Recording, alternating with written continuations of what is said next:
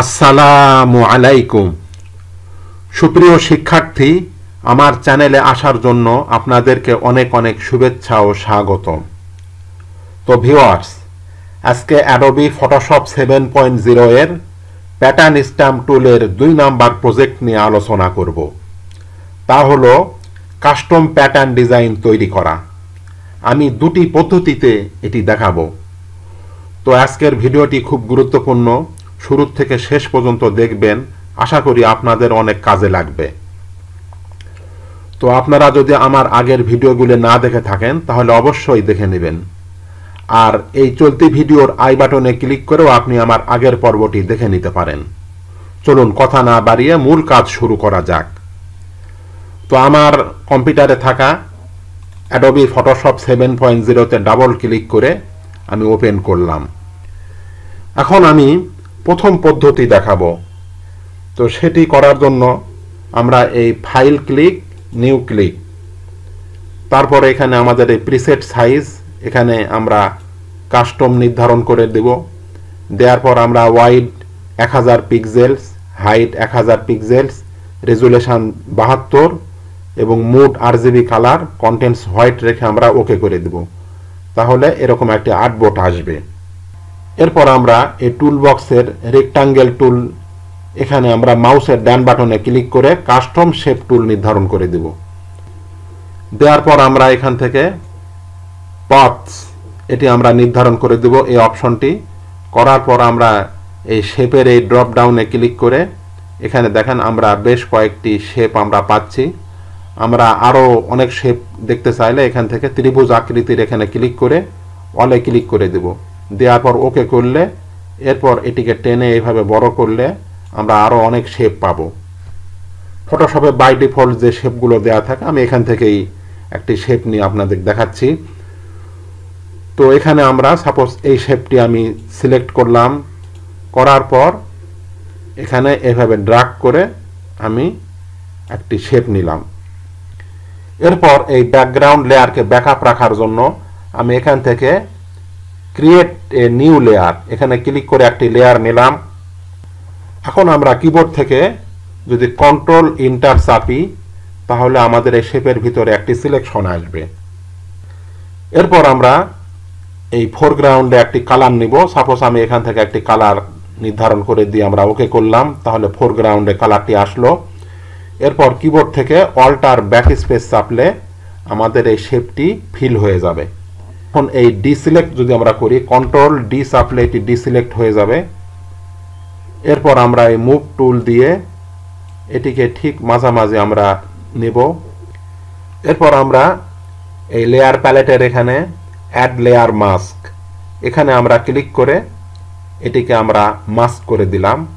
এখন এই layer masking এর এই যেখানে থাম্বনেইলে ক্লিক করে আমরা এটি সিলেকশন করলাম। এরপর আমরা কিবোর্ড থেকে কন্ট্রোল জে চেপে আমরা এই মাস্ক লেয়ারের একটি ডুপ্লিকেট লেয়ার আমরা নিলাম। এরপর আমরা কিবোর্ড থেকে কন্ট্রোল টি চেপে আমরা ট্রান্সফর্ম করে নিলাম। এরপর আমরা এই মুভ টুল দিয়ে অ্যাঙ্কর পয়েন্টকে এভাবে টেনে আমরা কোণাতে এই পয়েন্টের উপর আমরা বসিয়ে দিলাম। এরপর আমরা এখান থেকে একটু ঘুরিয়ে, এরপর আমরা এই শেপটিকে গোল করার জন্য কিবোর্ড থেকে অল্টার কন্ট্রোল শিফট চেপে আমরা যদি টি একবার চাপি তাহলে এরকম একবার হবে। এরপর আমি দ্বিতীয়বার নিলাম, তৃতীয়বার, চতুর্থবার, পঞ্চমবার, 5টি এরকমভাবে করে আমরা একটি ডিজাইন করলাম।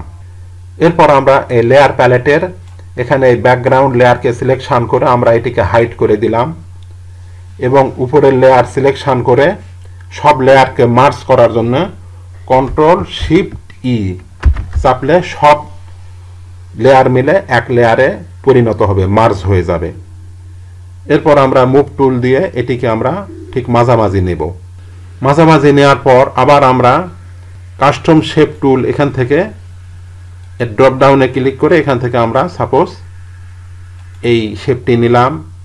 নেওয়ার পর এটিকে আমি এভাবে করে ঠিক মাঝামাঝি দিয়ে দিলাম। দেওয়ার পর মুভ টুল দিয়ে এটি সিলেকশন করে এরপর কন্ট্রোল ইন্টার চেপে আমরা এই শেপটিকে সিলেকশন করে নিলাম। এরপর অল্টার ব্যাকস্পেস চাপলে এটি ফিল হবে। এখন আমরা কন্ট্রোল ডি দিয়ে এটি ডিসিলেক্ট করে নিলাম। এরপর আমরা মুভ টুল দিয়ে এটিকে আমরা এখানে নিয়ে আসলাম এবং এখানে অটো সিলেক্ট লেয়ার এখানে বক্সে টিক দিয়ে শো বাউন্ডিং বক্সের এখানে টিক দিয়ে আমরা এরকম একটি সিলেকশন পাবো। আমরা শিফট চেপে এটিকে এভাবে করে একটু ছোট করে নিলাম। এভাবে ছোট করে নিয়ে আমরা এটিকে টেনে আমরা এই বাম পাশে বসিয়ে দিলাম। এরপর এখানে ওকে করে দিব। এরপর এই শেপটি সিলেকশন অবস্থায় অল্টার শিফট চেপে আমরা এভাবে কপি করে আরেকটা আমরা এরকম বাম পাশে নিচের দিকে নিয়ে আসলাম। তো আমাদের ডিজাইন তৈরি করা হলো। এখন আমরা এটিকে সেভ করার জন্য আমরা এই এডিট ক্লিক, এখান থেকে ডিফাইন প্যাটার্ন ক্লিক করার পর আমরা এই প্যাটার্নের একটা নাম দিলাম, যেমন F1 ফ্লাওয়ার। F1 দিয়ে আমরা ওকে করে দিলাম। এরপর আমরা এখান থেকে ক্লোজ করে দিলাম, দিয়ে আমরা নো করে দিলাম। এখন আমরা এখান থেকে যেমন ফাইল নিউ, এখান থেকে আমরা প্রিসেট সাইজ এখান থেকে A4 নির্ধারণ করে নিলাম। এখান থেকে ইঞ্চি করে দিলাম। ইঞ্চি করে দেওয়ার পর আমরা ওকে করে নিলাম। এখন আমরা এই কোলন স্ট্যাম্প টুলের এখানে মাউসের ডান বাটনে ক্লিক করে প্যাটার্ন স্ট্যাম্প টুল সিলেকশন করে আমাদের এই যে প্যাটার্ন ড্রপ ডাউন বক্সের এখানে দেখেন আমাদের এই শেপটি চলে এসেছে। আমরা এখানে যদি মাউস নিই লেখা পাবো F1। তো আমরা এখানে ক্লিক করলাম। ক্লিক করার পর আমরা এই ব্রাশ সাইজকে এইভাবে একটু বড় করে নিলাম। বড় করার পর এখন যদি আমরা এখানে এইভাবে ক্লিক করি, এভাবে করে যদি আমরা টানি, দেখেন আমরা এখানে প্যাটার্ন দিতে পারছি। আবার আমরা কন্ট্রোল অল্টার জেড দিয়ে ব্যাকে আসলাম। আসার পর আমরা পেইন্ট বাকেট টুল এখানে ক্লিক করে এখানে ফোরগ্রাউন্ড লেখা আছে, এখানে ড্রপ ডাউনে ক্লিক করে এটিকে আমরা প্যাটার্ন করে দিব। যে প্যাটার্ন বক্সের এখানে আমরা আমাদের এই প্যাটার্নটি আমরা পাবো। এখানে ক্লিক করার পর আমরা যদি এখানে আবার একটা ক্লিক করি, দেখেন আমরা এখানে প্যাটার্নটি পেয়ে যাচ্ছি। আমি কন্ট্রোল অল্টার জেড দিয়ে ব্যাকে আসলাম। আবার আমরা এখানে এই ব্যাকগ্রাউন্ড লেয়ারকে সিলেকশন করে এখানে একটা লেয়ার আমরা নিলাম, লেয়ার 1। এরপর আমরা এই ফোরগ্রাউন্ডে ক্লিক করে এখান থেকে একটা ব্ল্যাক কালার আমরা নিলাম। নেওয়ার পর আমরা অল্টার ব্যাক স্পেস দিয়ে এটা আমরা ফিল আপ করে নিলাম। এখন যদি আমরা এই লেয়ার 1 এর উপর এখানে মাউসের ডান বাটনে ক্লিক করে এখান থেকে ব্লেন্ডিং অপশনস ক্লিক করি, তাহলে এরকম একটি ডায়লগ বক্স পাবো। এখানে আমরা যে প্যাটার্ন ওভারলে এখানে ক্লিক করার পর এই প্যাটার্নের ড্রপ ডাউনে ক্লিক করে এখান থেকেও আমরা আমাদের এই ডিজাইনটি পাবো। আমরা এটি ওকে করে দিলাম। এখান থেকে আমরা সাইজকে ছোট বড় করতে পারি। যদি আমরা এভাবে ডান দিকে ড্রাগ করি, দেখেন আমাদের এই প্যাটার্নটি বড় হচ্ছে। আবার এই বাম দিকে আমরা এভাবে যদি ড্রাগ করি, তাহলে আমাদের এটি ছোট হচ্ছে। তো আমরা ঠিক মাঝামাঝি নিলাম। আমরা এখান থেকে আমরা ওকে করে দিলাম। আবার আমরা এই ফোরগ্রাউন্ডে একটা কালার নিলাম, ব্ল্যাক কালার নিয়ে আমরা ওকে করে দিলাম। এরপর আমরা কিবোর্ড থেকে অল্টার ব্যাক স্পেস চেপে এটিকে কালার করে আমরা যদি এখান থেকে এই পেইন্ট বাকেট টুলের এখানে ক্লিক করে আমাদের এখান থেকে এই প্যাটার্নটি এনে এখানে যদি ক্লিক করি, তাহলে এটি ফিল আপ হবে। এখন যদি আমরা কিবোর্ড থেকে কন্ট্রোল ইউ চাপি, তাহলে এরকম একটি ডায়লগ বক্স আসবে। আসলে আমরা এখান থেকে এইভাবে ক্লিক করে এইভাবে টেনে কিন্তু আমরা কালার চেঞ্জ করতে পারি। এভাবে করে যদি আমরা বামে নেই, তাহলে এইভাবে করে কিন্তু আমরা কালার চেঞ্জ করে দিতে পারি। তো আমরা এটিকে সেভ করে দিচ্ছি। তো সেভ করার জন্য আমরা এখান থেকে ফাইল, সেভ অ্যাজ দিয়ে আমরা এই ফাইলের একটা নাম দিলাম, A1 নাম দিয়ে আমরা এখান থেকে ফরম্যাট জেপিইজি করে ডেস্কটপ লোকেশন করে আমরা সেভ করে দিব, দিয়ে ওকে করব। তাহলে আমাদের এটি সেভ হয়ে গেল। এখন আমরা যদি ডেস্কটপে আমরা এই ফাইলে ডাবল ক্লিক করি, তাহলে দেখেন আমরা আমাদের তৈরি করা এই ডিজাইনটি আমরা পেয়ে গেছি। তো আমি এটি ক্লোজ করে দিলাম। এরপর আমরা দ্বিতীয় পদ্ধতিটি দেখব। তো সেটি করার জন্য এজন্য ফাইল ক্লিক, নিউ ক্লিক, এখান থেকে আমরা পিসের সাইজ 1920 বাই 1080 করে আমরা ওকে করে দিলাম। এরপর আমরা এখান থেকে ক্রিয়েট নিউ লেয়ার একটা নিলাম। নেওয়ার পর আমরা এখান থেকে কাস্টম শেপ এখানে ক্লিক করে আমরা এখান থেকে একটি শেপ আমরা নিয়ে আসতেছি। এখান থেকে সাপোজ আমি এই শেপটি নির্ধারণ করলাম, করার পর আমরা এখান থেকে এভাবে একটি শেপ আমি নিলাম। এরপর লেয়ার 1 সিলেক্ট অবস্থায় কিবোর্ড থেকে কন্ট্রোল এন্টার দিলে এরকম সিলেকশন আসবে। আসলে আমরা ফোরগ্রাউন্ডে এখান থেকে আমরা একটা কালার নিলাম। নেওয়ার পর আমরা এখান থেকে অল্টার ব্যাক স্পেস দিলে এটি ফিল হবে। এরপর আমরা কন্ট্রোল ডি দিয়ে এটি ডিসিলেক্ট করে নিলাম। এরপর আমরা মুভ টুল দিয়ে এটিকে ঠিক মাঝামাঝি আমরা নেব।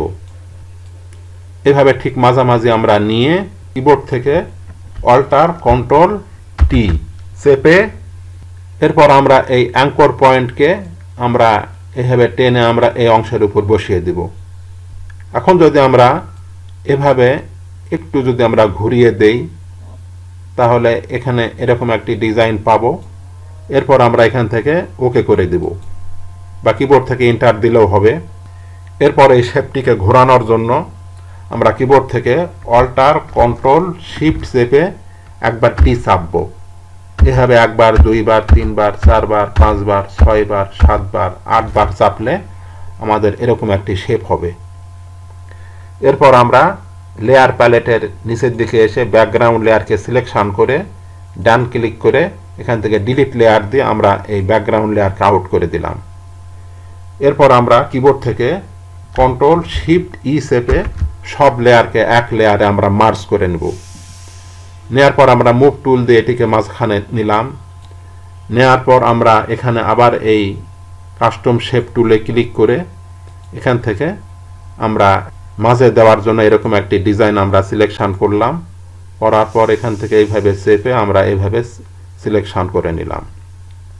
এরপর আমরা কিবোর্ড থেকে কন্ট্রোল এন্টার দিয়ে সিলেকশন এনে আমরা অল্টার ব্যাক স্পেস চেপে এটিকে আমরা কালার করে দিলাম এবং কন্ট্রোল ডি দিয়ে এটি ডিসিলেক্ট করে নিলাম।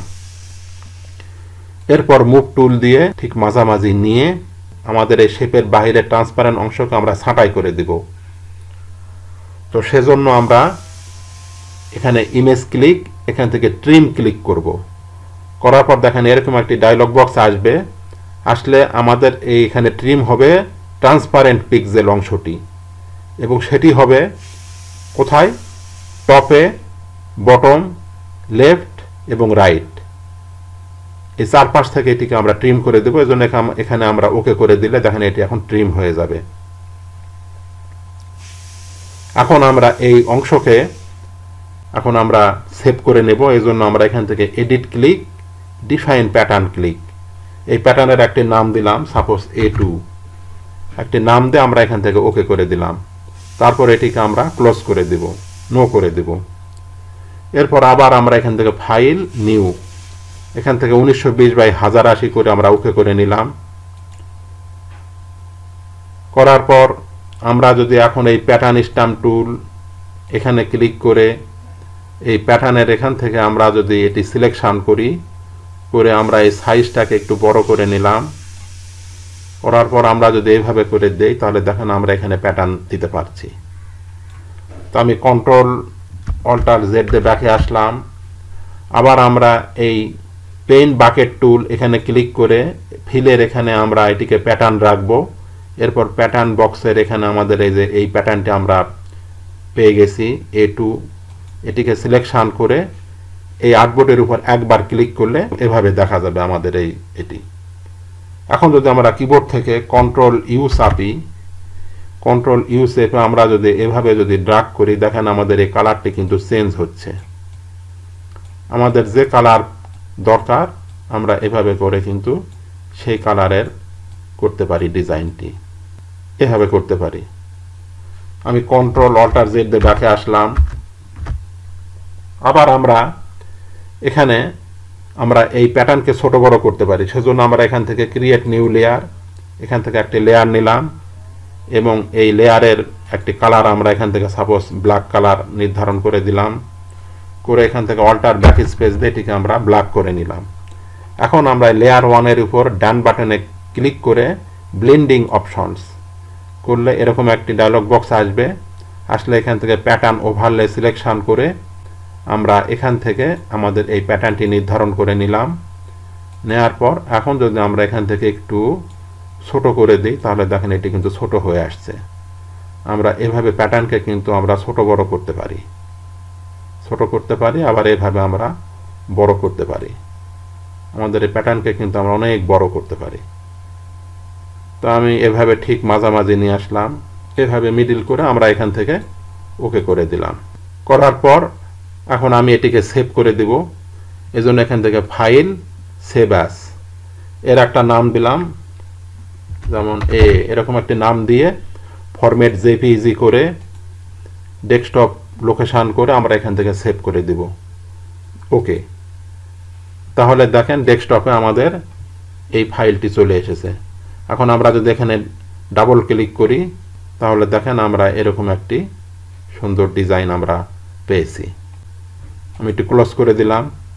তো ভিউয়ার্স, আজকের মতো এ পর্যন্তই। ভিডিওটি দেখার জন্য অনেক ধন্যবাদ। ভিউয়ার্স, আপনি যদি আমার চ্যানেলে নতুন হয়ে থাকেন তাহলে পরবর্তী ভিডিওগুলি পাওয়ার জন্য চ্যানেলটি অবশ্যই সাবস্ক্রাইব করে পাশে থাকা বেল বাটনটি অন করে দেবেন। তাহলে আগামী ভিডিওগুলি আপলোড করার সাথে সাথে নোটিফিকেশান পেয়ে যাবেন। আর পূর্বে যদি সাবস্ক্রাইব করে থাকেন তাহলে অনেক অনেক ধন্যবাদ। সেই সাথে লাইক, শেয়ার ও কমেন্ট করতে ভুলবেন না। আল্লাহ হাফেজ।